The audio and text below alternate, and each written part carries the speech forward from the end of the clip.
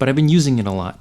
And what I'm talking about is the Sigma 56mm 1.4 for APS-C Sony.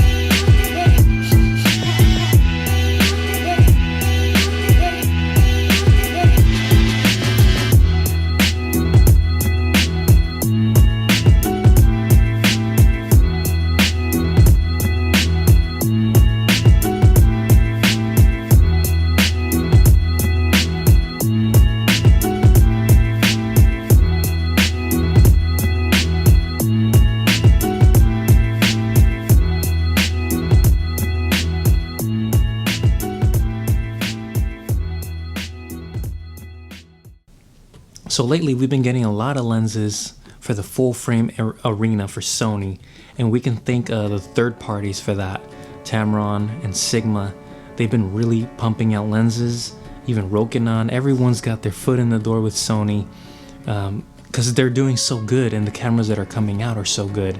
And so everyone has begun to forget a little bit about the APS-C line, which uses the same mount. So, I mean, you could say those full frame lenses are just as usable on the APS-C, and they are, but it's nice to have dedicated lenses for the smaller sensor because they're usually much more compact. And so I want to talk about that. Sigma's been #1 on this front. I mean, they've really taken over the sales, I think, for the APS-C line. I mean, we've got the A6600, 6400, 6500, 6300, you name it, all the hundreds, 6000 series, they're all out there, they're all great. I'm using one right now.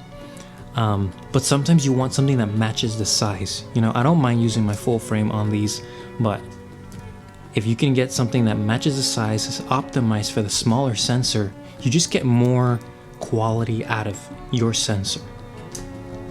And so Sigma has done an excellent job with this, and they started a long time ago with their 2.8 series. They had the 30, the 19, and the 60. They were great. Autofocus was a little bit clunky, but I mean, it was older generation cameras as well. But now we're talking a whole new level. We've got the 30mm 1.4, which is like a 50, 2.8 around there, or f2. F2, something like that. I haven't done the math, I can't remember. So they added the 30 1.4. That was their first 1.4 for the Sony APS-C. That lens was a hit right away. Even today, I mean, people will obviously tell you it's the first one that they released with this style, so it is actually the slowest. However, I recently tested it out and I didn't notice any slowness on that lens, so I'd say it performs great on the new series cameras like the A6400 I'm shooting on. But then they didn't leave it there. For a couple of years we didn't hear about another lens, and then boom, 16mm 1.4, and this has become a video maker's, filmmaker's favorite because it's weather sealed, excellent quality. The size, I'm using it right now, it's not too big. It's actually compact, I'd say. It matches the body well, and you just get some awesome images out of it. This is my video lens, and I use that all the time, every single video. So I'm happy to recommend this lens. I'll do a full review on this later. I've had this lens for much longer than all the other APS-C lenses I'm mentioning. and it's a keeper. The moment I saw it, the moment I've used it, it's just amazing the quality you get out of it. And I mean, you're seeing it right now, so it's great. But the new winner is the 56mm 1.4. We were missing that gap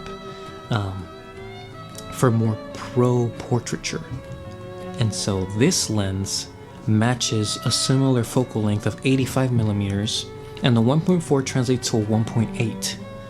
And so let me get that lens, because I love this lens so much. I mean, wait, let me show it to you. So if you have an APS-C Sony and you already have your 16mm, I mean, you're set to go for video. But if you wanted like a close-up shot, like a interview shot, or if you're doing pictures, if you want portraiture or street photography because you got some good distance to work there, look at this.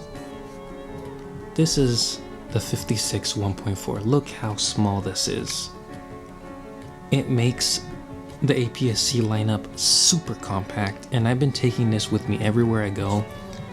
The images that you get out of this are excellent. I'd say this is their best one so far, even though the 16mm is very hard to beat. They're for totally different uses. I highly recommend this lens.